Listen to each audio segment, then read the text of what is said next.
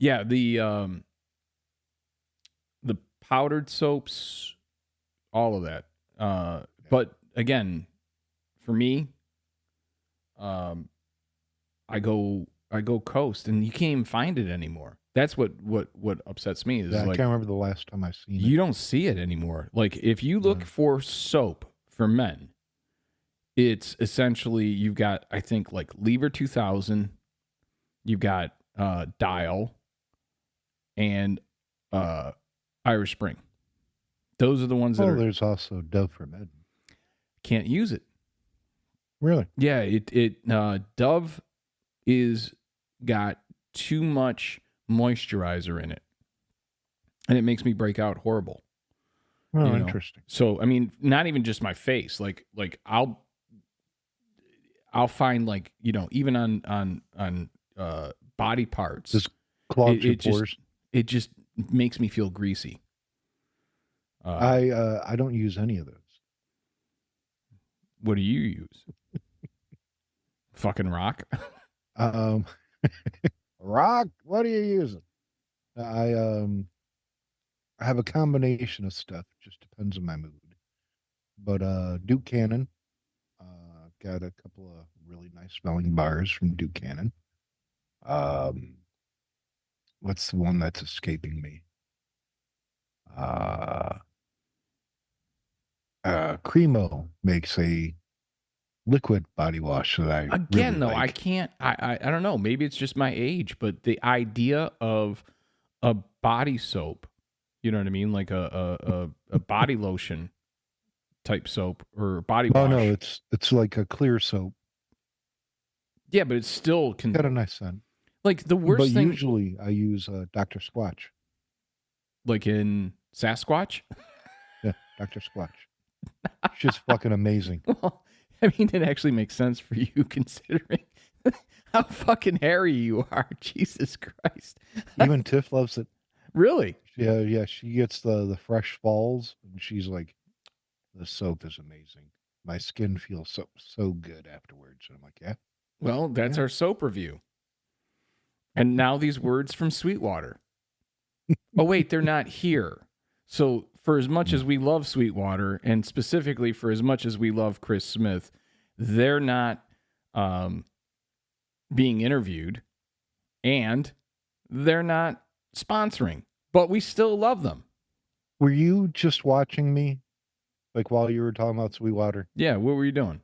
Did my camera move? No, No. no. I You just moved. felt the entire RV go. I wondered what you were looking at. I was like, what the fuck? That is like, it usually happens at night. It'll be 2 o'clock in the morning. I'll feel like, what the fuck? No, no, And you're I'll run fine. outside, like, expecting to see a bear scratching its back or something on the RV, but nothing.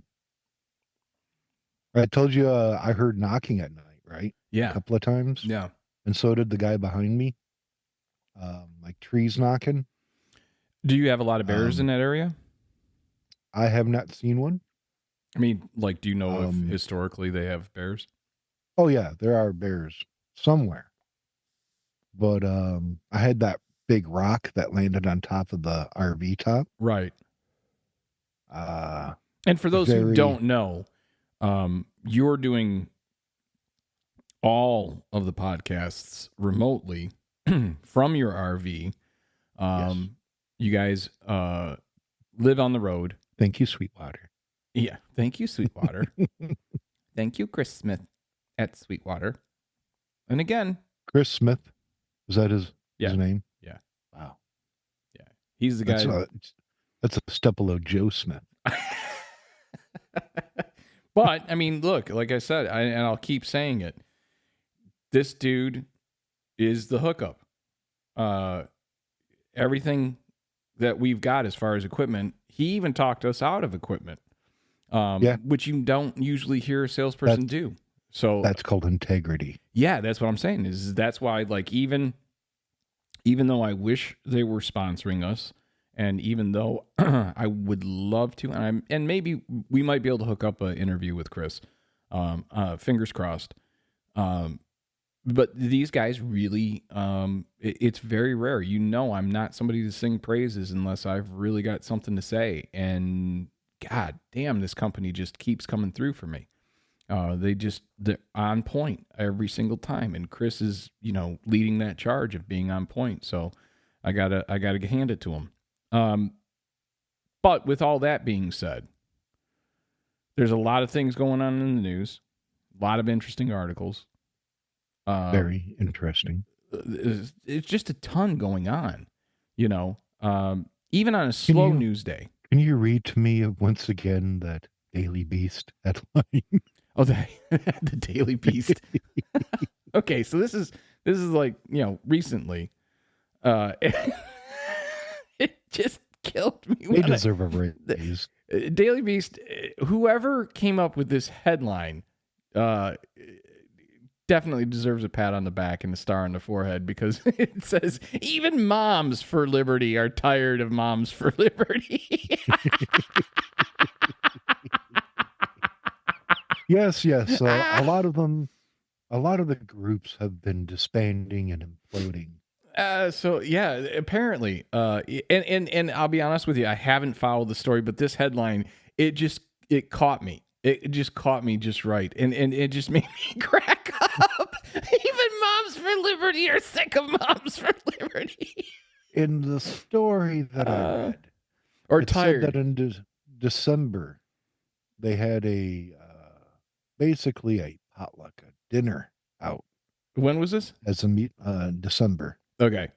And out of the expected 20 or 30 people, 3 showed up. And the one lady was like, we're all about the stay-at-home traditional mom, the trad moms. And the whole trad wife and trad involved, mom. But apparently they just didn't have the time anymore.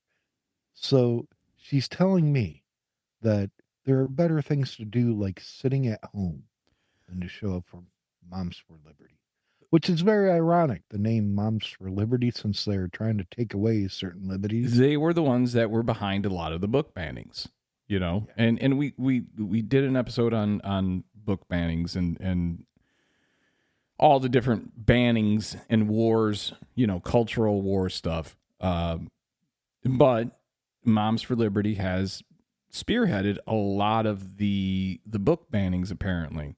And again, I don't want to speak out of turn here, because my watch, sorry. I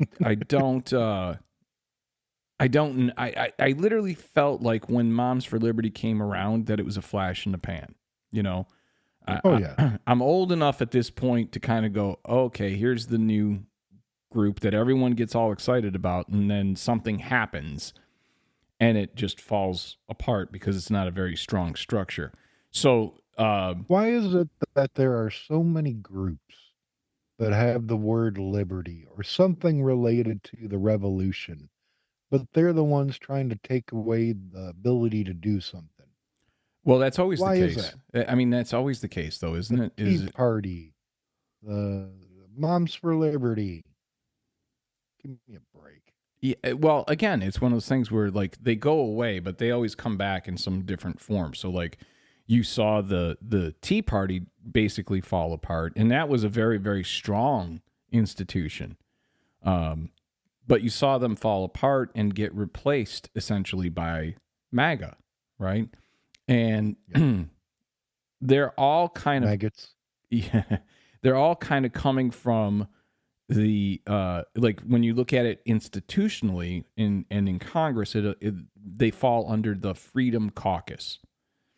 And again, that's another example of using words to try to make a point that kind of goes exactly against what you're about. So Moms for Liberty were taking liberty with their power to remove books from libraries, so on and so forth. And they had a big push and got a lot of support from Republicans to start running for school boards and so on and so forth. But apparently that didn't work out so well.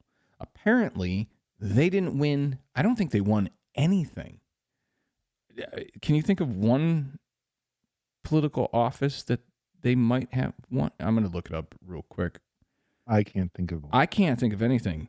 I know they've been since, I think, 22, they've been suffering huge losses despite pouring money into candidates. Well, not just that, though. They also had, if I'm not mistaken, and again, I could be wrong because this is all off the top of my head. I mean, we literally, this was just brief conversation before we went live. Well, that one story, there were 5 seats open on the school board, and that's what they usually try to target. School boards. Yeah, because that's going to be a lot easier to lost get. Them all. You know, lost them all. So it was a group, a right-wing advocacy group, was born in Florida as a response to COVID-19 school closures and mask mandates.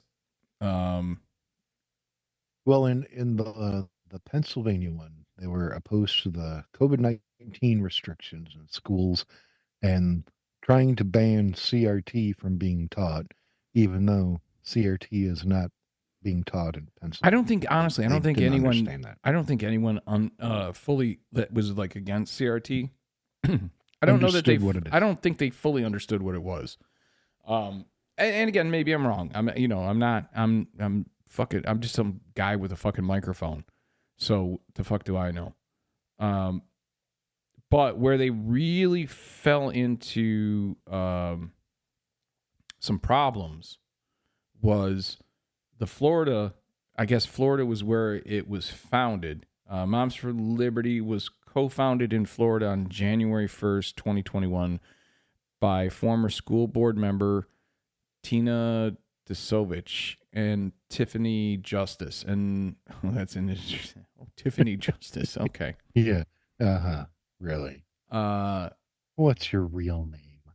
Okay, so it was Tina Desovich and Tiffany Justice, and then and by then current school board member Bridget Ziegler, the wife of Florida Republican Party Chairman Christian Ziegler. Those are the two that got into trouble. Apparently, you're in trouble. Well, apparently, they're banging donkeys. If only. Turns out they were having threesomes. Okay. With a donkey? No donkey. Not even a midget. Or, I'm sorry, a little person. In the spring of 2021, Ziegler had left the organization.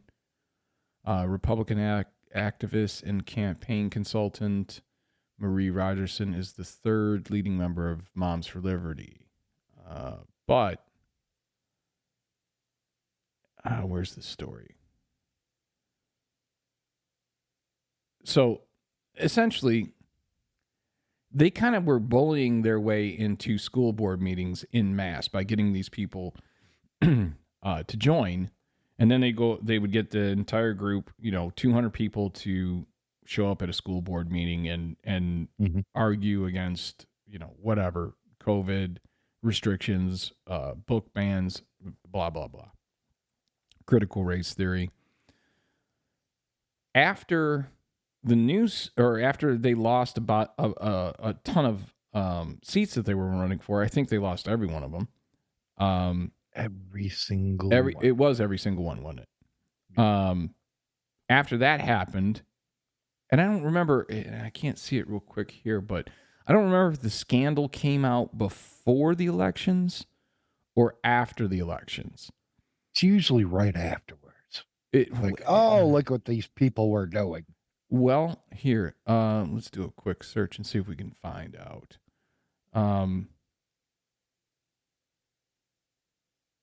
So, Bridget Ziegler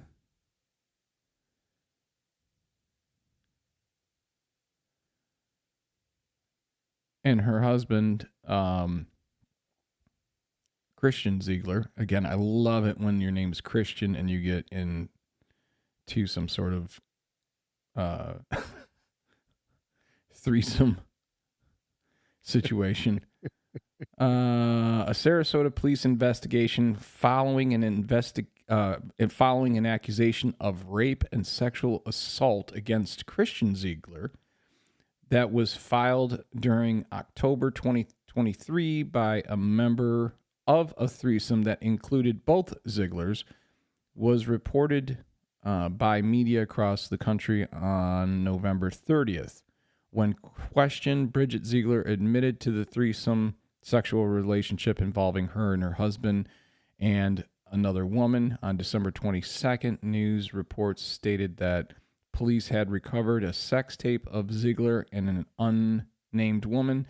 On January 19, the Sarasota police said that they had closed their investigation of sexual assault charges against Christian, but the charge of having made a video of their sexual encounter without permission from his sexual partner remained. So essentially, it sounds like he got off on the sexual assault and rape charge, but they're still saying, hey, you didn't have permission to make that videotape.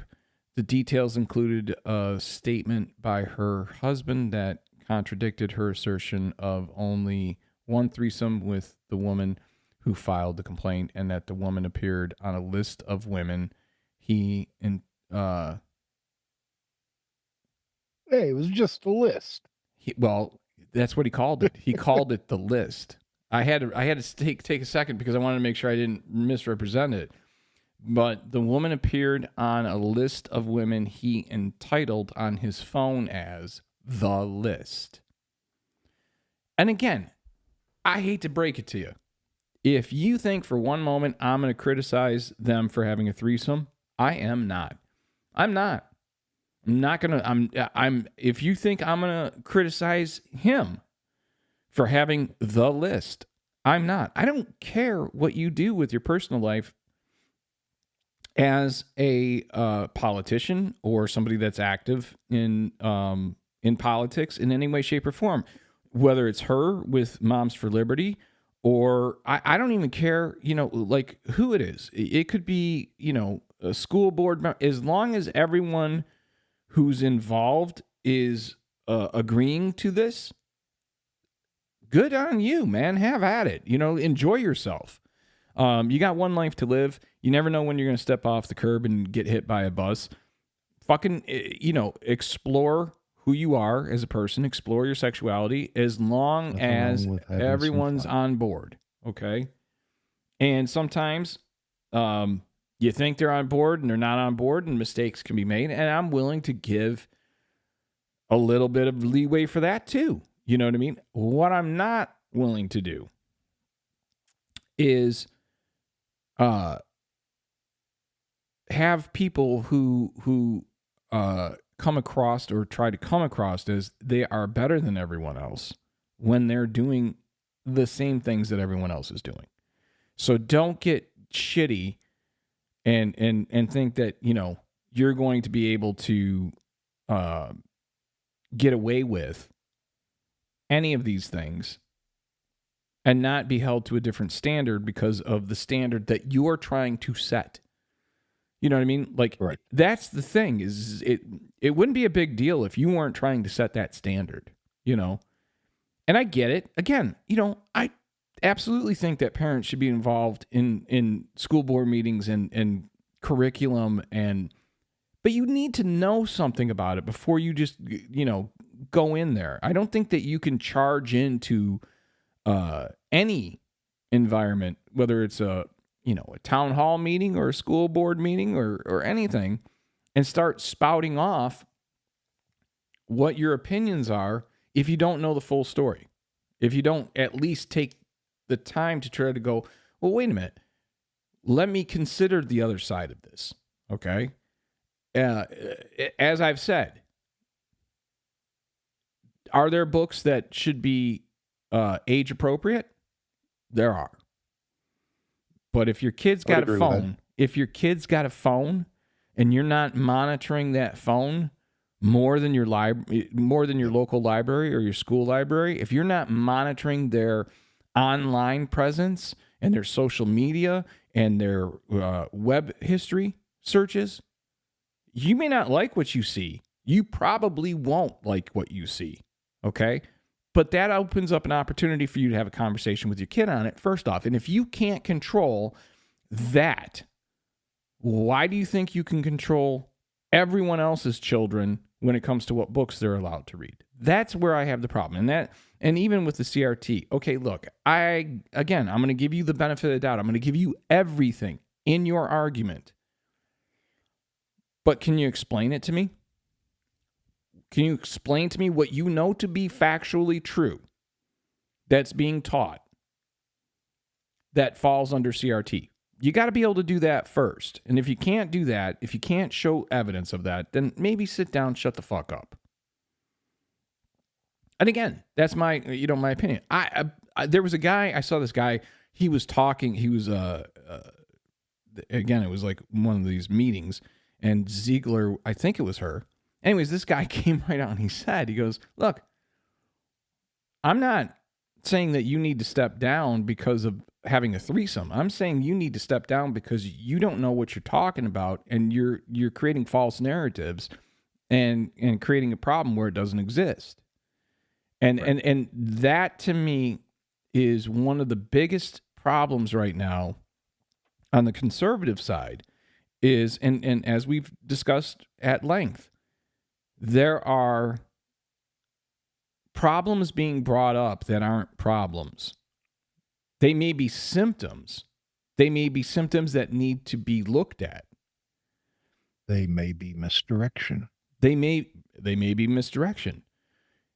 But until you actually do the deep dive, you might want to sit down and shut the fuck up when it comes to the school board meeting or the town hall or anything, really. You need to be able to look at both sides of these issues and go, okay, well, how much can I empathize with the position that you're bringing forward? And how much of that can I agree with you on before I start rebutting you? You're going to get further in the conversation. You're actually going to have a conversation. But that's not what things are about nowadays. It seems like what they're about is having somebody film you while you go up and you make a speech at a school board meeting so that you can try to dunk on or get views. Everything is about how much internet traffic can I create for my social media platform, whatever it is. Because people do make money on it and they're trying to be influencers. But the thing is that you can't be a leader if no one's following you. There's also the people who get paid to wear a shirt to a town hall meeting, a student board, board of education meeting. Right. You hear about those. We're like, I don't even know what this is. I was paid $20 to put the shirt on and sit here. And again, it happens. It happens. But see, the thing is that we are in this time, at least in this country, it seems. It seems like one side is following the traditional old school might is right. Well, I think it goes beyond that. I think actually what it is that for as bad as we're divided, okay, in general, everything's better than it's ever been. Specifically in this country. You know what I mean? Like, would you rather live today in 2024 or would you rather live in 1924? And when I say that, I'm saying that from the point of view of the metrics. You know, what are you comparing? I can think of a few females who would say that there's no difference at the moment. You know what? And in many ways, they would be right. Okay. I think a lot of things that people don't realize when it comes to social issues and as far as like equal rights and freedoms, they're only looking through their particular lens, whether that's a white male, middle-aged. You know, I mean, obviously I cannot, I'm a white middle-aged man. Okay? That's the only view that I can honestly experience the world through. But that doesn't mean that I can't be observant, and it doesn't mean that I can't be empathetic. Okay? There's I can think of several women who would say that in the last year they've been kind of reduced to second-class citizens. Because of Roe v. Wade being overturned. Because of Roe v. Wade. There's other things that are being questioned. There's a representative out of Texas who wondered if the vote should be taken away from women. Out loud, he said that? Yes. Yes. Good luck on your reelection, motherfucker. And it does reduce a female to a second-class citizen. I think also if, want to take away Roe versus Wade, okay. But maybe also take away boner pills. Well, I mean, look, when it comes... Maybe a better answer would be when a male is born, they have a vasectomy. See, I'm not about that, okay? And when they are ready for a family, first. Yeah. How many males are going to sign up for that? Well, that's the thing. Yeah. So I don't think that that's the solution. My point. I don't think that that's the solution. I think... No, it's an extreme swing. Well, no, but make a point. Okay, so with that in mind, and I again, this is not going to be new to you, but it will be to our listeners. I would argue a different way. Okay, I would argue that from age 18 until age of retirement, so we'll call it 65, 67, let's take it to 70. Okay, So from 18 to 70, the average child support payment's like $5,500 a year. Okay? That's kind of like a national average, roughly. All right? So from 18 to 70, if you've got swimmers and you haven't had a vasectomy, that's your tax. Okay? Now you're talking billions of dollars a year that you could actually use to fund the programs, fund the single mothers who are keeping the children, fund the children so that they have roofs over their head, clothes on their back. And I guarantee you a couple things will happen. One, when men have no choice but to pay this, basically pregnancy tax, there's going to be a big change in the male view on abortion. But I don't think that right now, and again, I get it, the argument being, well, men and women are different. So unfortunately for you women, you can get pregnant. So we're going to have charge over that. We're going to control that because we don't want you, quote unquote, murdering babies. And I even, like I said, even if I give you the argument of life creates at the moment of conception, okay, well, then if that's the case, so does child support. So does a lot of things. Now, if you can't enforce that, which they cannot, then you have no choice then but to put something like a $5,500, anywhere from $5,000 to $6,000 a year tax on every man that has the ability to get a woman pregnant. Every fertile man. So anyways, like I said, in my opinion, if you're going to create legislation that affects half the population, based solely on the fact of them being able to get pregnant, there needs to be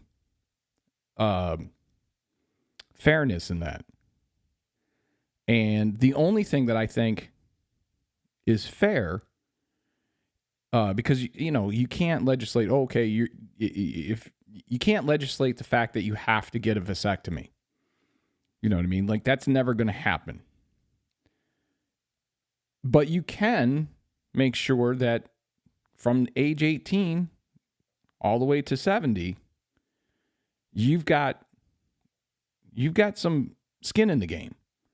And the only skin that makes sense is if you're going to force these women to have these children, there should be some sort of, so that law affects all those women, an equal amount of men should have skin in the game, and even if I've had that conversation with some people and they're like, well, that's not exactly fair because, women, they'll go through the change and then, in their late 40s, mid 50s. Well, wait a minute. That's just nature. And you're legislating just on nature. Well, the guy can continue. And he never stops. He never stops. He never stops being able to impregnate. Okay.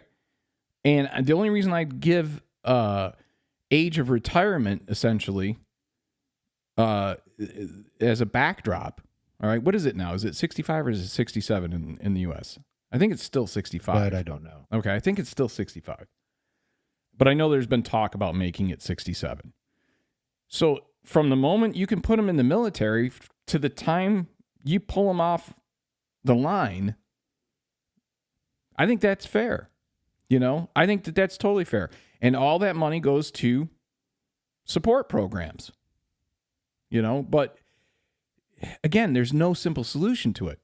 Like I said, I can empathize with the people who think that you're just killing babies. I'll empathize with you. I'll even give you that. But there's full retirement age is 66 if you were born from 43 to 1954. The full retirement age increases gradually if you were born from 55 to 60 until it reaches 67. For anyone born 1960 or later, full retirement benefits are payable at age 67. Okay, so you and I both will get full retirement benefits at 67. From what you're saying, right? Yes. Well, if you are to believe that you can never retire. Yeah, and that's the thing it's adorable. Who's retiring anymore? I mean, no one really retires anymore. They may stop working at that particular job, but at some point they pick up something else that they're doing, even if it's silly. Welcome to Walmart. Here's your card. Supplementing income nowadays. I mean, how many times have you walked into a grocery store or gone through a drive-through and seen somebody that you're thinking, my God, Grandma, go sit down, rock for a while and knit something instead of taking orders through a drive-through, Sitting in front of a Walmart, a door greeter. Yeah, or a door greeter or any of those things. They're going to stop me from stealing something. And mind you, I encourage people to continue. Not that I steal anything. Not you, no. But I think, a lot of societies around the world, they encourage the elderly to continue working, even if it's only part-time, just so that they have purpose, so that they feel like they're, there's a reason to get up and get out of bed in the morning. I think that that's important too. So I don't mind it when it's one of those things where you're looking at the person, you're going, well, clearly you're doing this because you just want to be active and participate. But I don't think the people who don't want to be active and participate after they put their time in should have to. And again, it goes back to when you're going to legislate what the rules are, and mind you, it's state by state still. But when you're going to do that for, let's say Texas as an example, you're going to put into play an anti-abortion legislation with essentially no real options of, I believe they just shut down. I don't want to speak out of turn on this because I'm not positive on Texas, but I know that there was that big case where the lady was Her doctor had clearly said that this is not only important. Ectopic. What's that? Ectopic. It might have been. I don't know. It was a big case in Texas, and she went to the court and went and with doctors, with her doctor's description of what was going on, and the fact that if she didn't have the abortion, it may not only would it result in the child not being born, or if born, not living very long, and it would also affect her ability to have children in the future. Now, this was a woman who wanted to have this child. This is a woman who wanted to be pregnant. And those circumstances just weren't right. Okay? She ended up going out of state. But basically it was the attorney general in the state of Texas is like, no, you're not getting it. Ben Paxton. Yep, Paxton. He was a piece of shit. Paxton, he's like, nope, no, you can't do that. Okay, so now a politician is overriding her doctors, and if I'm not mistaken, other doctors chimed in and like, no, this is on point. This is an example of when you would want to do this. Mm-hmm. Even as somebody who's totally pro-life, because what you're going to do is you're not only going to lose the life of the baby very, very quickly, if not at birth, but on top of that, you're risking the mother's life. And if the mother makes it through, you're also in a situation of she may not be able to have children in the future, which is the very thing that you want her to do in the first place. Okay? And I got to tell you, like, the arguments that I've been listening to, the descriptions that I've been reading on all these things, the social media that I've been seeing, a lot of people are very, very pro-birth. And that's where it stops. It's just where it stops. And you ever think the pro-birth movement is a direct reaction to all of the Muslim births? I don't know. I have no idea. Is there like a huge influx of Muslim births now? Oh yeah, there has been. I was not aware. Christians. So there's a part of me that feels like the conservative Christian movement to try to balance it out. Well, again, I think, at the end of the day, you cannot look at the birth rates globally and not understand that there's going to be a lot of countries like China and Japan specifically that are going to be running into some big fucking problems really, really soon. Yep. Where the societal structure could collapse. If you have way more people who are either retired or unable to work because of age, just elderly in general. So let's just go from 65, which I honestly don't think 65 is that old anymore. I used to, but I also used to look at pictures of grandma and grandpa and think that they were 70 and they were 40. You know what I mean? So like there's a difference in... Well, I was going to say, you're going to hit that retirement age in probably 5 years. No, a little bit longer than that, buddy. A little bit longer than that. Yes. Shots fired. Shots fired. Ow, that hurt. But with that being said, look at. I would challenge anyone who was born in the 70s and 80s to look at pictures of their aunts, uncles, grandparents, etc. And look and find, if you can, what age they were in certain pictures, right? Mm-hmm. So like one of the things when we cleaned out, the house, for those who don't know, and I'm sure you'll hear this a million times on this podcast, but the reason for the podcast was our mother died, and our mother always wanted us to do something together creatively. She thought she loved when me and you would banter back and forth. She loved the way that we related. And as long as it wasn't fighting. Yeah, as long as we weren't fighting. I mean, even as kids, she used to really just crack up when me and you would start going back and forth and just kind of busting chops. She always found it entertaining and funny, and for some reason she found it endearing. But she loved when, specifically later in life, she was very, very politically motivated, and very, very opinionated when it came to politics. And that's the environment that we grew up in. And so she would love to have these debates about these different things. But I think the only thing that made it more fun for her, because like I know you would have these discussions with her. I had many discussions with her when it came to politics. But the only thing that made it more fun for her was when she was listening to you and me talk about a topic. You know, on those very few occasions, especially later in life, where we were able to be in the same room and have the same, have a conversation and debate back and forth, even if we were on the same side of it and just kind of, exploring it, she really did get a kick out of it. And that's where this was, once she died and we had to clean out the house and sell the house and do all that.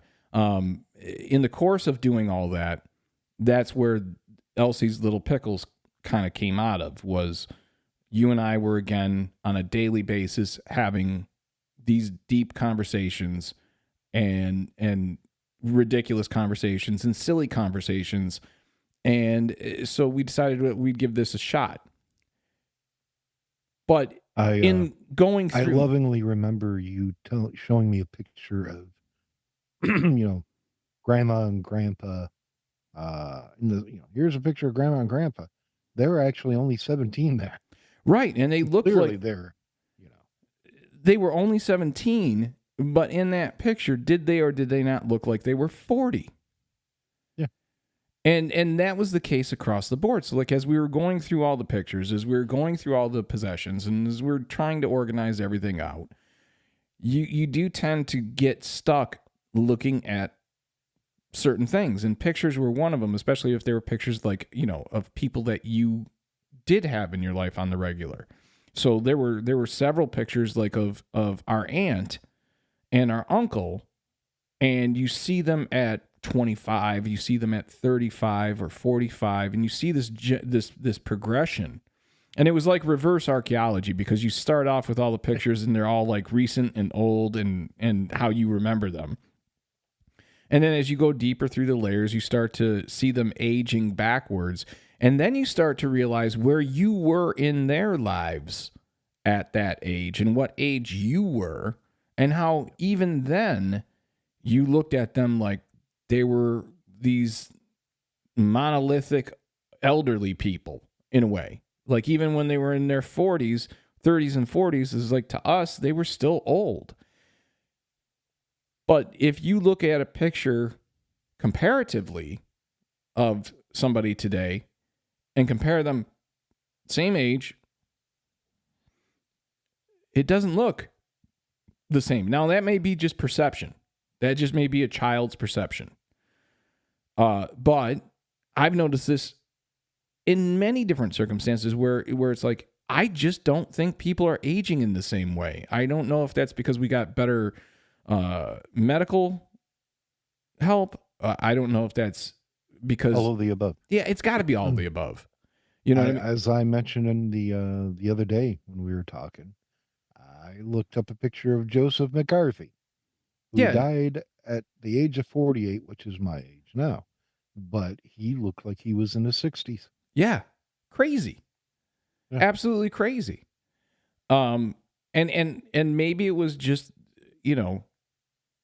that was the style of the time to try to look as elderly as you possibly could when you were younger. So maybe you were taken a little bit more seriously. I honestly don't know. But what I do know is Wilford Brimley. Oh, that's another case. Wilford Brimley. I thought he was 100 for 100 years. He did the movie Cocoon, and he was like 44. How old was Carol O'Connor when he did Archie Bunker? Oh yeah, he was like in his late 30s. Late 30s, early 40s. He was like 42, I think, when they did that. And if you looked at Carol O'Connor in the first season of All in the Family, he looked as old as Grandpa Brewer did when he died. I mean, like there wasn't much difference in you're not going to an amusement park where they guess my weight, guess my age. You're not getting that one. You're just not going to get that one. Okay? You got to hand over the little plush stuffed animal and let them be on their way, because you're not going to guess. When you're talking a 30-year swing in actual age. And it could go either way.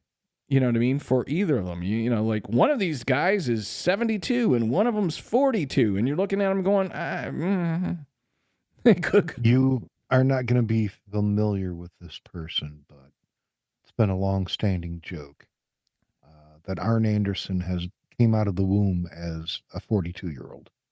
He's a pro wrestler. Oh, okay. He's always looked like he was in his 40s. And some people just do. Early 20s. Yeah, I mean, look, you looked like you were in your mid 20s to early 30s when you were 15. Yeah. You know, it was beard. It was the beard. Yeah, I mean, but it wasn't just like, oh, he's got a cute little beard. He's trying. It was like a full man, like lumberjack. There was a time that I showed up for baseball tryouts as a senior in high school. And for the first hour, the underclassmen thought that I was the coach. So I made them run laps. Ah!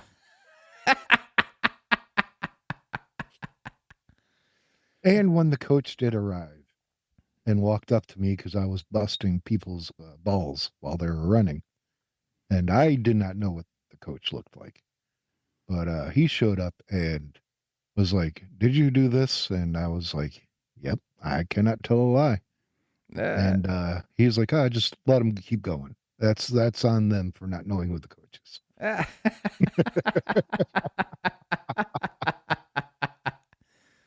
But it makes you wonder because, you know, like there's this idea that the older generations were tougher. And I think they were in many ways. I think they were more messed up too. I think that there was a lot of undiagnosed depression, a lot of undiagnosed anxiety, a lot of undiagnosed bipolarism, all of that. I think that, but that's also because they grew up in far more difficult times. You know what I mean? Like, you don't even think about the idea of having indoor plumbing. Like that's not something that we question. We had to walk to school uphill in the snow both ways. I had newspapers as shoes. But while we heard those stories, there were also true stories. Like, you know, mom grew up poor. You know, dad didn't grow up much richer. But dad had indoor plumbing and mom did not. She grew up without houses. She grew up having to, you know, like if you had to take a leak or take a shit in the middle of the night and it was wintertime, you had to bundle up and go out there and sit on that cold ass wood, you know, and do your business. As she used to say, she would have to look for the piss pot. Right. So they would utilize that as well. Mm-hmm. But like even like, I'll give you an example. All right. So, and I've used this before, but everyone lost their minds trying to get toilet paper during the pandemic. Mom didn't. So apparently everybody had to shit. Well, yeah, but here's the thing. You got COVID, you had to shit. Mom didn't have toilet paper. Yeah. You know what I mean? Like they didn't have it. It just wasn't. That was a luxury they couldn't afford. You know, so like everyone who did it prior to them, you know, it was corn cobs or it was Sears catalog or it was the daily paper. That, I don't care who you are, that's got to fuck with you a little bit. You know what I mean? So like when you think about it, and you know what I mean? Like I'm going to use a pine cone or a fucking old corn cob to wipe my ass. Here's some leaves. Yeah. Whatever they had available, that was what they used. You know, now you could, to a listener, they could go, oh, that, you know, your mom must have been ancient and all. I'll tell you another person who grew up. And you know what? I'm going to look up real quick how old he is. I had a coworker who was your age, and she would tell me, growing up in Mexico, she walked with her dad every single day, 2.7 miles to get water because they didn't have plumbing. Right. They didn't have water inside. All right. So like Billy Ray Cyrus. Yeah. 62 years old. He grew up without indoor plumbing. Had an outhouse. How far has this motherfucker come? Whether you like him or you don't, whether you like Miley or you don't, the bottom line is this dude went from not having indoor plumbing and having to use an outhouse to being a very successful recording star and very successful businessman. And that's what that's what the American dream's about. But here's the question. Think of it. Go ahead. Go ahead. Oh, I was gonna say, you also have to think about our grandparents' generation and the changes that happened. Horses to trains, Right. buggies to cars. All of a sudden, there's airplanes. People used to dress up to get on an airplane Right. because it was something special. It was. I mean, that was a big deal. Transition. Well, I guess Incredible. That's kind of my point with this question is if we're looking at somebody who is 10 years older than me, Billy Ray Cyrus, right? Yep. 10 years older than me, growing up in those circumstances, that means that potentially, depending on where I was born and under what circumstances I was born, I could have grown up in the same type of circumstance. But that to you and me seems like as foreign of a concept as manual windows seem to somebody that's 20 years old. Like, you want to watch a fucking kid's head explode? Put a 20-year-old in a car with manual windows and see how long it takes him to figure it out. I had a pickup truck that was a manual transmission, and I took it in to get an oil change. And out of 7 people there, none of them knew how to drive a manual. The owner had to come out and drive my truck in. And we laughed about it because they were all 17 to 22-year-old kids. Right. And none of them knew how to drive a manual. All right, so let's look at this a little different then. Mm-hmm. What convenience, because that's all these things are. These are all conveniences, right? You don't give need me convenience or give me death. Yeah, exactly. Oh, that's a T-shirt. That's going to be an Elsie's Little Pickles T-shirt. Give me convenience or give me death. You may take away my life, but you'll never take my internet porn. So think about that, because I believe after what I witnessed in during the pandemic, that there and moving forward, even whether you're talking about tribalism in politics, whether you're talking about the pandemic, it doesn't matter what you're talking about. You could be talking about a bad snowstorm coming, and watch how quickly those shelves clear off. If you got you should see it in Texas. In what sense? It is a ghost town. Storms coming, like a hint of it, early in the week. Everybody, every day, is stocking up. Shelves will be empty. Yeah, that's what I'm saying. Is like if some shit were to actually go down, the stores don't last 3 days. But I guess my question is of the modern day conveniences, what one would you be willing, or do you think would be easiest to give up? Honestly, probably plumbing. Now, why do you say that? For me, it would be plumbing. Well, yeah, but I'm talking about not living in the RV. I'm talking about living. Yeah, in a house. In a house. I judge everything by a house, even though I'm in an RV. I say that because where we are at, out here in the mountains of Vermont, every place is basically septic, a private well and septic. Right. And where I am, I'm private well and septic. And understanding, if there is no plumbing and, plumbing for some reason disappeared, running water for cities stopped, you would see more septic and a private well. The technology to do that is not very, um, well, modern. No, I mean, but it is expensive to have a well dug. it can be unless you know how to do it. Well, even if you know how to do it, you can have a miss digs. Yeah, but you're talking about a crapper.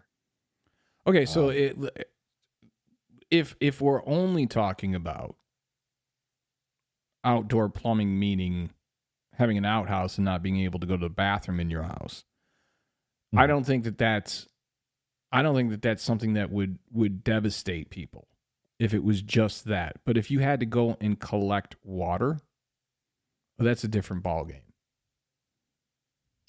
um, that would be regional.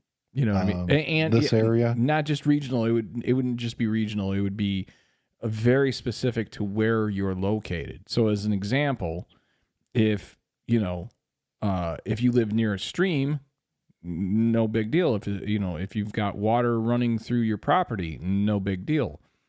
But if you don't, and you're essentially dry landlocked, and you're talking miles to even get to the correct. closest stream, then yeah, it becomes an issue. Ooh, you stinky motherfucker. But what if it got more critical? I mean, I don't think people living without indoor plumbing, even without running water, okay, I don't think that that becomes as big of a deal in contrast to people not having access to the internet. I think honestly, people would freak out more about not having internet access than they would about not being able to take a dump in the privacy of their own home.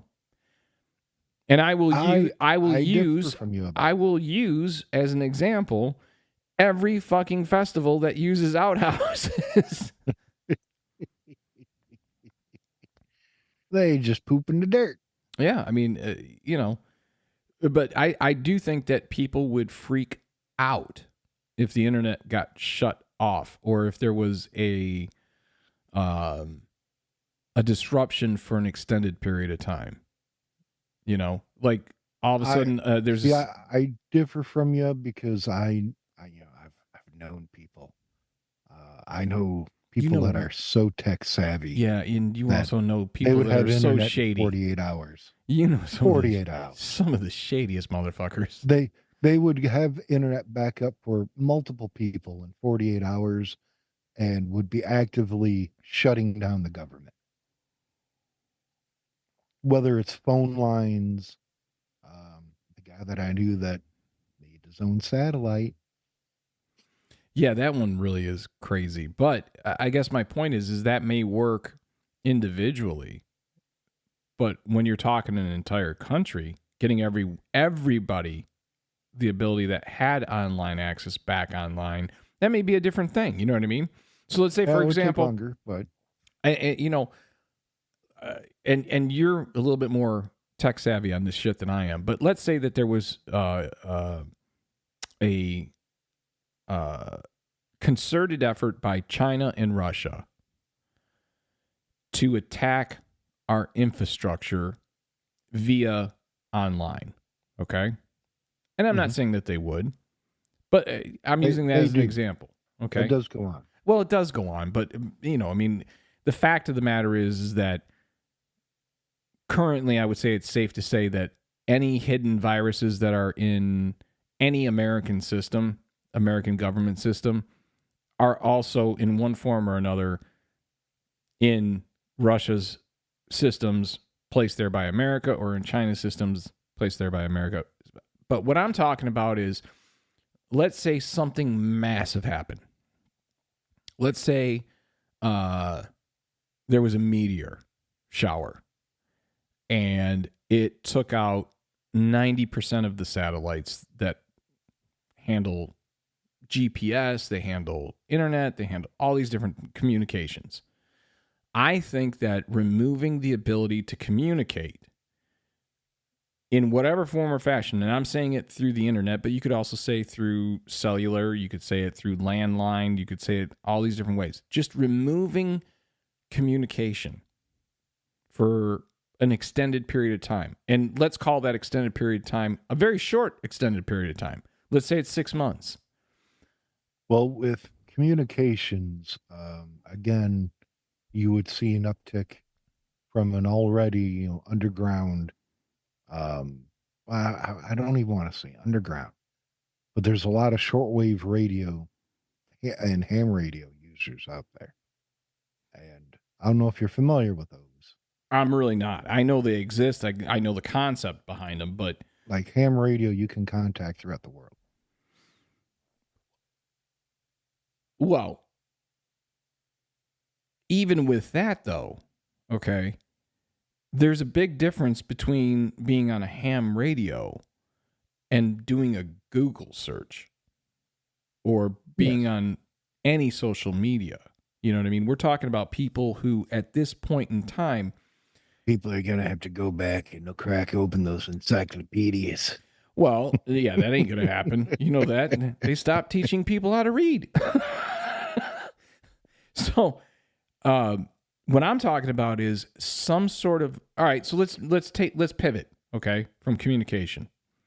Let's say that some form of global EMP happens, and it's based on, and I don't even know if this is possible, so I'm totally shooting this out Like of a my solar ass. flare. Let's say it's a solar flare, okay? Huge solar flare. And the EMP destroys the electrical grid. Not only taking the electrical grid with it, but by very definition, taking all electronics with it. Because if I'm not mistaken, and tell me if I'm wrong, again, this is more your area, but an EMP destroys the electronics. Like, once it's happened, you're not getting those back. I would say technology 20 years ago would be very susceptible. Nowadays, they built it so that Could go either way. it'll withstand that. Yeah. Okay, but now you're in a circumstance because it did take down the grid that for however long it takes to get the electrical grid back up, not just back up, but also improved. Because once you're in there, I mean, look, the electrical grid in this fucking country is ancient at this point. So if you're going to have to, remove and replace a lot of stuff, you might as well improve a lot of stuff as well. How long before people lost their shit with that? Because now you don't have electricity. And you specifically, because of what you went through in Texas, when the electrical grid went down in Texas, your whole house got fucked up and flooded out winter. because it was winter. Yep. And you were out of power in the house for how long?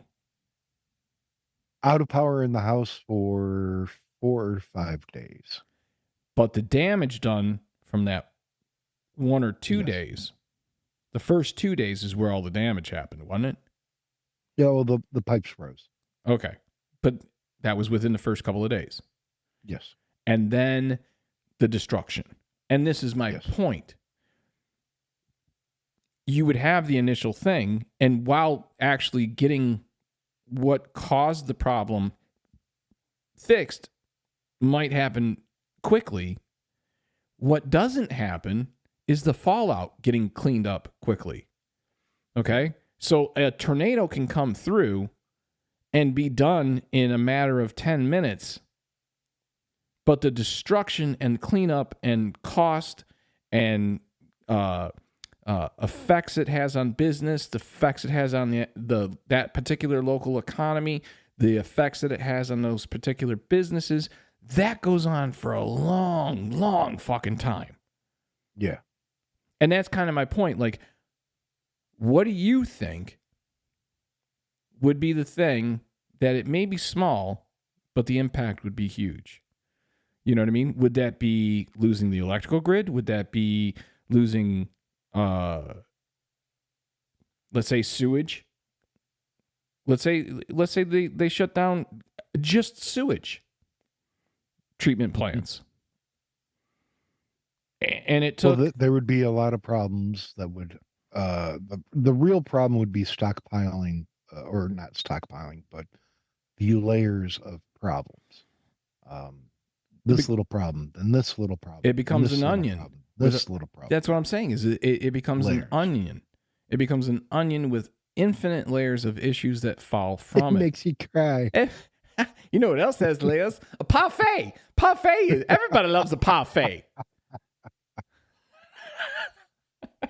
Oh, Lordy. So I don't think, though, that, like, as an example, if we lost internet, if you and I lost internet, we grew up in the 80s and 90s before the internet, it wouldn't be that big of a deal. It would suck. It would be inconvenient. And we would know that eventually it was coming back. But even if it was only for a week, like if you took the internet and it was down for natural disaster, an attack from another country, solar flare, whatever. I'm going to go outside and ride my bike. That's what we would do. That's exactly what we would do. But I'm going to read a book. But just like you and I can't imagine not having a home throne, right? An indoor bathroom. Oh my God. What am I going to do? I can't look at boobs on demand. There's going to be people that like literally crawl out of their... Come on, think about that. Even if it was just for a week, there's going to be dudes that are crawling out of their mother's basements seeing sunlight for the first fucking time in a long time, right? Meet dealers on corners. Hey, man, I got your marijuana here. I got a little bit of crack and a Sears cattle. Yeah, you go with that Sears catalog, boy. I knew you were going to take that instead of the other stuff. But if you got the money, I got a Victoria's Secret. He's just wearing a long raincoat with a bunch of pockets that keeps opening up to one side or the other. But I honestly wonder, because to you and me, not having indoor plumbing, not having a home throne in a heated environment in the wintertime, in a cooled environment in the summertime, that is as foreign to you and me as people that were born from, 95, 98 on, not having internet access.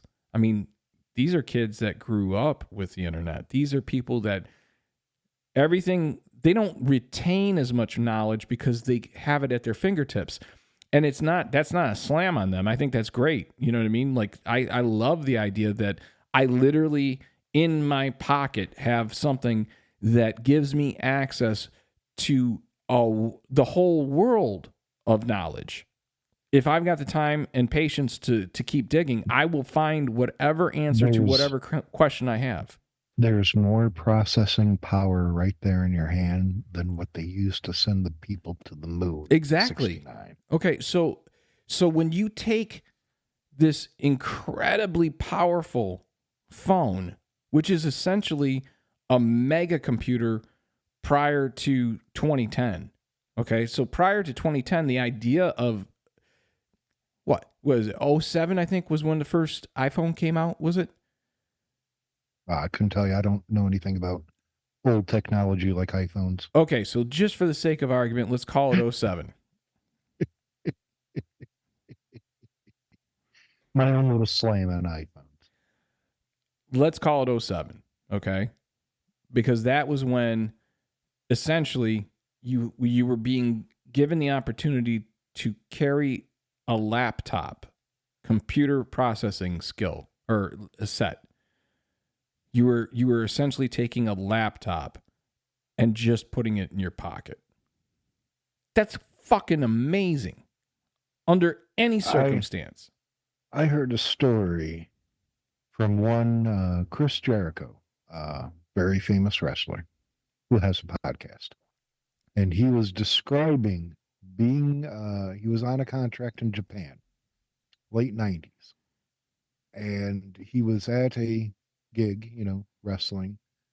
And one of the people there in Japan pulled out their cell phone and took a picture of him and was like, "What is that?" And the person was like, "Oh, it's my cell phone. It has a camera." And he was like, "It was the first time I'd ever seen a cell phone that had a camera." Right. And just how amazing that was. And that didn't become a thing in the States for 5, 6 years later. Well, it dropped iPhone. The first iPhone dropped June 29, 2007. Oh, wow, look at that. Okay. So now what we're looking at is in a very short period of time, 17 years, we have more computing power, more camera strength, video, all these different things that come with, that we take for granted with any phone, any cell phone that we buy. Even when you get into, I mean, like even the idea of just a flip phone, being able to carry a phone in your pocket. I remember in the mid to late 90s, that was like, it was a game changer. You know what I mean? That was like incredible. I mean, we were thrilled with beepers, if you remember. But now, take that away. So you're talking, take away. Beepers. What's that? I said, yeah, you used to love your beeper. I was a busy guy. I know you were. So if all we do is look at it from, let's call it 24 years, 25 years, the kids that were born in 99 and in 2000, 2001, by the time, some of them were 5, 6, 7, 8 years old, all of a sudden they're able to walk around with this incredible machine in their hand. Take that away. I think people would freak the fuck out, even if it was only for a week. I think if people honestly had to go without internet access and without their cell phones or computer access or anything, like all modern computers, phones, tablets, all that, for 1 week, I think people would be losing their fucking mind. And I think that I could see that. I think they'd lose their mind more and quicker on that than if they lost water, if they lost flights, like air flights. You've seen. I mean, I don't even know how long air travel was shut down for after 9/11, but people were pretty okay with that idea. And they knew it would come back. We lived in the path of the airport in Texas. And during the pandemic, I don't know if you remember that, flights were shut down for, I think, 30 or 60 days. And it was pinpoint quiet all the time. Yeah. And then when flights came back, we noticed it. It was because a flight would fly over every 15 minutes. And so it started up and you're like, crap. Yeah. But again, though, I think that's my point. Like things that you would think were essential, like air travel, which is essential, especially for a lot of business. Yep. It's essential for, commerce. I mean, you don't even have to be doing passengers. You still had, even with the freight flights, they were minimal in comparison. You saw how much people freaked out when they couldn't get their Amazon order quick enough, or it was on back order because, the ship that was bringing it in was stuck out at sea for 30 days. I don't know what one would be worse. I'm not sure. You know what I mean? Like, honestly, I think if people had the choice between, even if it was only for... What? My 2-day shipping is 5 days? What the hell? I'm going crazy. Yeah, they did. And they fucking did. But that's why I wonder, if everything went to shit, what would be the thing that would really bother people the most? And I think even if it was a short period of time, even if it was, 48 hours, 72 hours, let's call it 7 to 10 days, 2 weeks without internet access or being able to get on their computer or get on their iPhone. I think that would send people fucking nuts. I think that would send them off the edge. I think that would be the thing that would, and I honestly think it's because we're so conditioned, specifically through our social medias. Okay, no matter what social media sites you go to or utilize, I think even if it's just YouTube, think about that. How many times through the course of a day do you pull up your phone and you're just bored for a second and you go look at a YouTube video? I don't think people know how to be alone with their thoughts. Not my thoughts. And not my thoughts. Anything but my thoughts. Not my thoughts.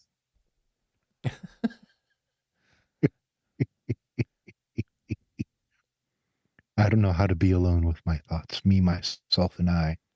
Yeah. It's not so easy because I can't stand myself. Well, I think that if given the opportunity, I would be very happy to be unplugged from anything for a week, from everything. I don't know about you. You know, during the pandemic, again, the closest to that, I wish I could have been unplugged from everything. Oh God, me too. And I always hear people complain about it, and it's like, you don't know how good you had it. I would have loved. There was sad for especially like when they first did the lockdown, right? There was about 2 or 3 weeks in those first 2 or 3 weeks where it was so quiet, there was so little traffic, and then you saw after that, like the news reports were like, "Holy shit, these animals are kind of coming back into the city." Like you'd see, fucking a bobcat in a fucking big city or some shit. And I was like, that's amazing. Absolutely amazing. Why can't we let that be? You know?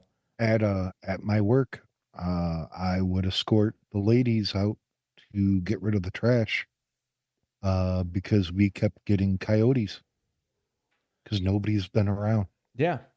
I got to imagine that happened in a lot of places. I know that the coyote population exploded for a period of time during the shutdown. Or at least it exploded in its presence, if not in its population. You saw that with bobcats. You saw that with coyotes. You saw that with fucking raccoons. You know, They're like, holy shit, this is like fucking heaven. It's a buffet. The dumpsters are everywhere and no one else is around. Let's go. Yeah. But I don't know. I don't know. I really wish I could have had some time off. That would have been a lot of fun, to be honest. Well, yeah, I wish I could have too, but spend the first week just watching TV. Second week, get a little organized, clean the house, go back to school, do something. That would have been nice. Well, I mean, you saw that happening with a lot of people. A lot of people actually did take the opportunity to re-educate themselves, to find a new hobby or a passion or start a new business or any number of things. I think there were a lot of good things that did come out of it. A lot of bad things came out of it, but a lot of good things came out of it too. And you see that with a lot of people who never went back to their pre-pandemic job. I don't know, man. Like, it just seems like everything's on fast forward since it.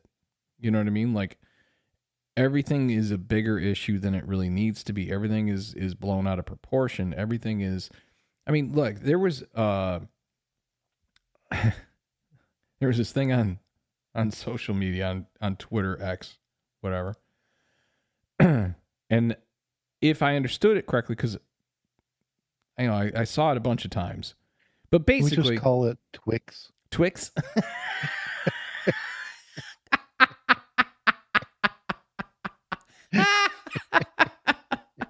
All right, I like that. Oh, thank you.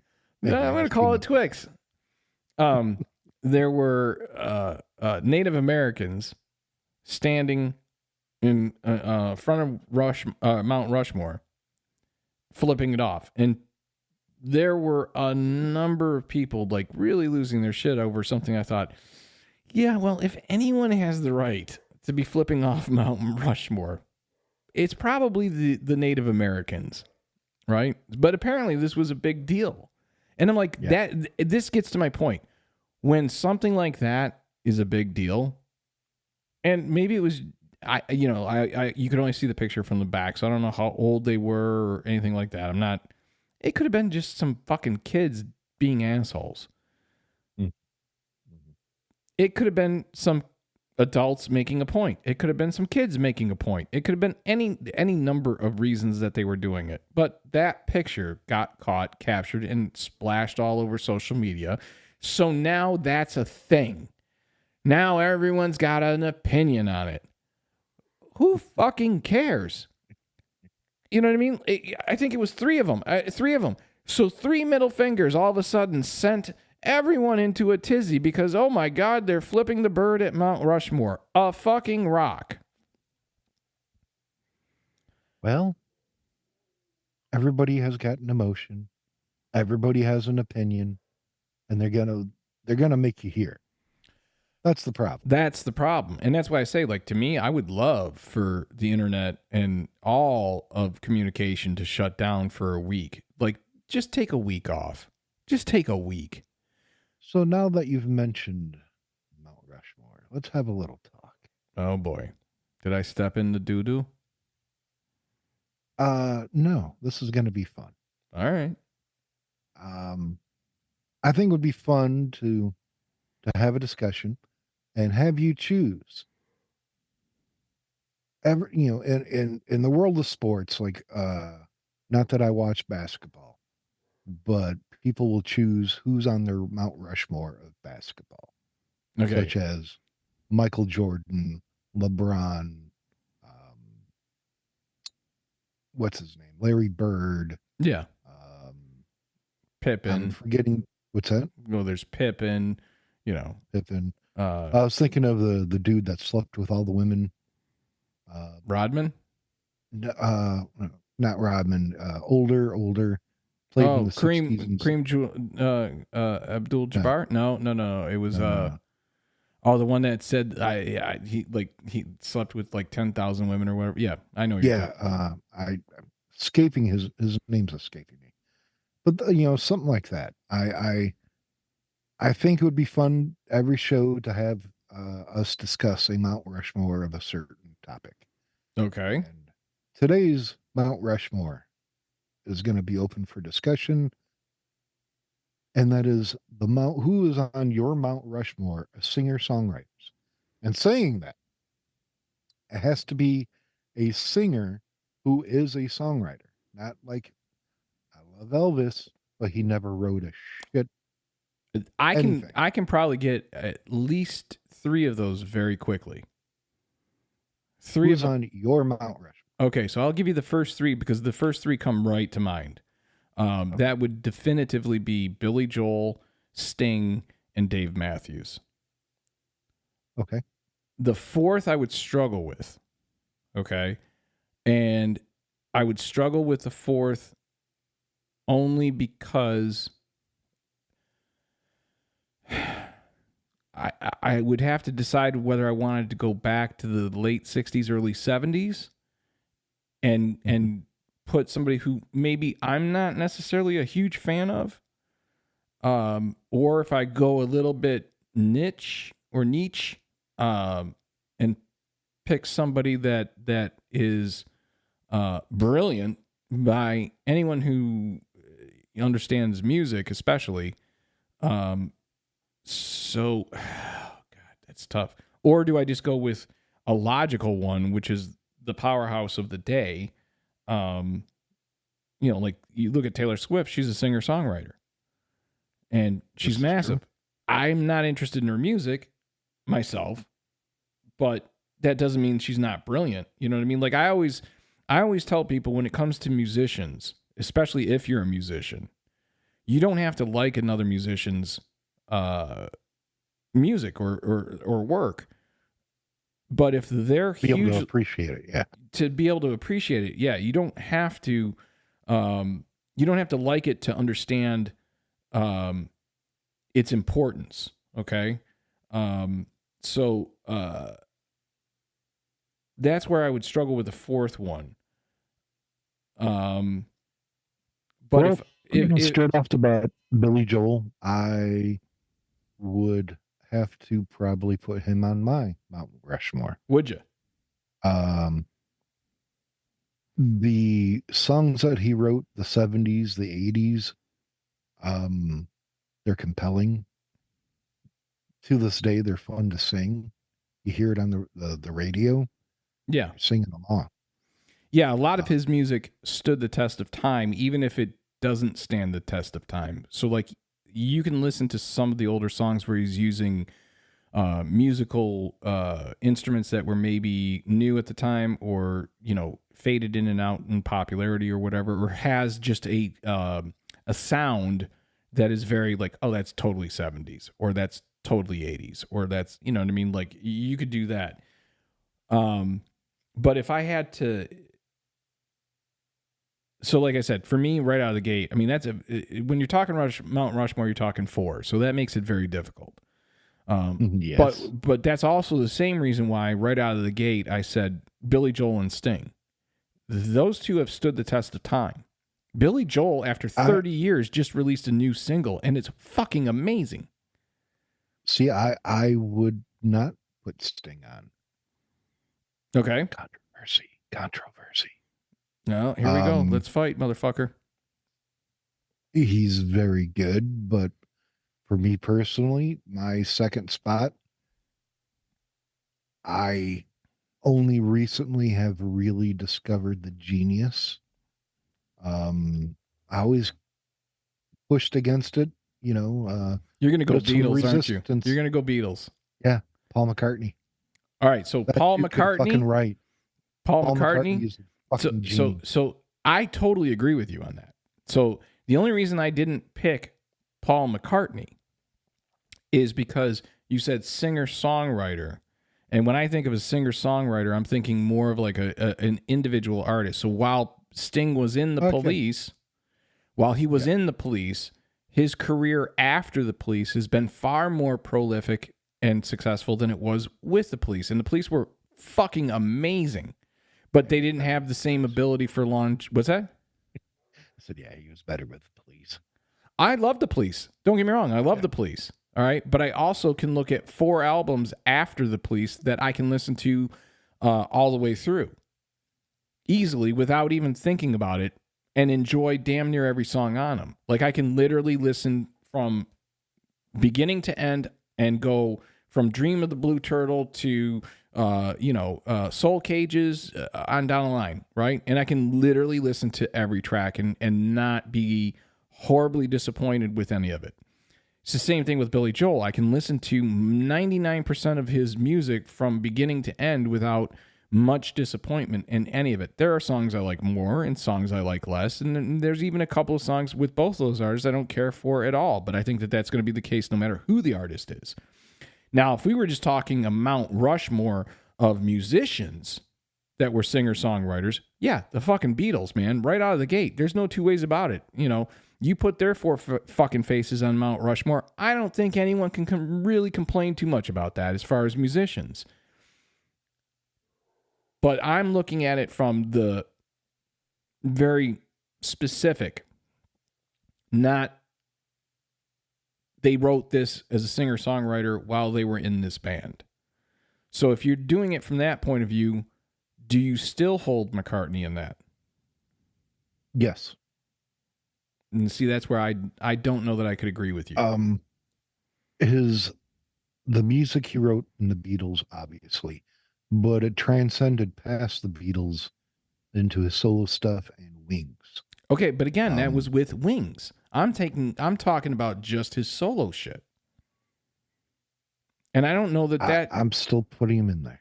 I think he's a brilliant singer-songwriter. Again, I'm not really arguing it other than from the point of view of how we're defining it. Now I'm going to throw one at you. And see, so you got what? You said Billy Joel, Paul McCartney. What's your third? I haven't gotten to a third yet. All right, well, get your fucking moving. Get moving. So we've got Billy Joel we agreed with. Second place for you was Sting. For me, it was Paul McCartney.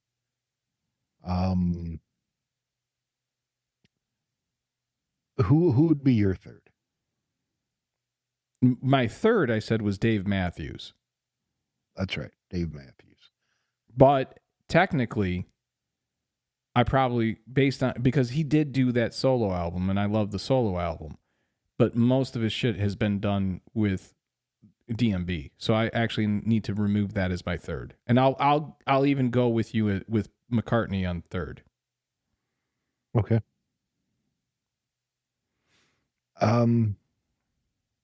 So now it's up to me for a third. Mm-hmm. There's I want to put him in singer-songwriter. I don't think he wrote all of the songs, but he worked with a team. But I can't deny his talent. And again, he created melodies that, I don't know anybody that doesn't sing along when they hear them. There's actually two people this really describes for me. And one of them is Elton John. Oh, God, yeah. Well, so Elton actually wrote the music, but Bernie Taupin wrote the lyrics. I think Elton John is one of the greatest performers, greatest musicians. Absolutely adore his library of work. Like even some of the deeper cuts that don't get as much play on the radio. I love Elton John, but I would not call him a singer-songwriter because he's not writing his lyrics. That's why I was a little iffy, because I know Bernie was doing the lyrics, but the melodies he would create. Oh God, I mean, it's so many that you can't even, really to list them is difficult. You know what I mean? Yeah. Now here's where I'm going to throw you. All right. Okay. Yep. I'm going to give you my fourth, even though we're still waiting on your third. I'm going to give you this because I can see you're struggling with it. Your question and you're struggling with it. Well, I want to come with some powerhouses. Honestly, if I can't say Elton John, I'm gonna go with Mr. Mike Ness from Social Distortion. The guy is a poet, lyrically, writes good music, and every single song, he's speaking from his heart, and it's so easy to identify with what he's singing that it strikes a chord with me. Okay, and most people don't know him. When you first said Michael Ness, I heard Michael Nesbitt of the Monkees. Michael Nesbitt. I heard the Monkees. And I love the Monkees. Hey, with the Monkees. I love the Monkees. Actually, one of my choices is not far off from that. Oh yeah? Yeah. Lay it on me. In fact, he probably wrote that. If that gives you a hint. Oh, it gives me a big fucking hint. It gives me a big fucking hint. And I've got a folder of his on my car. I've got a flash. Neil Diamond, baby. Neil Diamond. Neil Diamond. That just motherfucker has the coolest fucking voice in the world. That motherfucker, I don't care who you are and how much you might want to try to make fun of that, but that motherfucker can write music, he can write lyrics, and he can sing the fuck out of them. Yes. But for with as much honorable mention, I want to bring it up because it's not something that most people would expect me to pick, but his penchant for writing and making you feel what he's writing, Mr. George Jones. Okay. All right, and here's my dark horse candidate. Go for it. Gordon Lightfoot. I actually thought about Gordon Lightfoot. And everyone immediately thinks of The Wreck of the Edmund Fitzgerald, which is brilliant. Don't get me wrong. Yeah. There's other great songs there. And typically people think of two songs. They think of Wreck of the Edmund Fitzgerald, again, great song. And they think of Sundown, Again, Yeah. great song. But if you want to listen to a song where you recognize that there were choices made and every one of those choices was right on the money, listen to If You Could Read My Mind. Oh yeah, yeah. See, I mean, I hear that song and I immediately think of Superman. that's not, it wasn't in Superman. That's not the No, song. but that song, there's a song in Superman, I think Superman 2, I do believe. That reminds Can me you read of my that. mind? Yeah, can you rewind? I always feel like I think somebody has listened to Gordon Lightfoot too many times. But If You Could Read My Mind is such a haunting and brilliantly constructed song. Oh, how that changes that whole scene.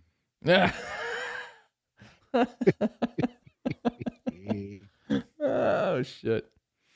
All right, well, I would hope that people when they listen to this they can give us their top 4. I would love to hear people's I would too. opinions. I'd be very interested in hearing what people say. That's kind of why I want to introduce this as an end debate, something fun, but also thought provoking, and gets listeners involved. Yeah, and if you want to send us, you can go on. You're in charge of social media, so what's the Facebook? The Facebook is Elsie's Little Pickles, and soon there will be an actual website and emails that you can respond. But for now, it's just Elsie's Little Pickles on Facebook. Correct. All right. Well, with that, hopefully everyone will drop their 4 singer-songwriters that they would like to see on Mount Rushmore. And until next time, peace, Peace. love, And chicken grease. harmony, and... And you read my mind.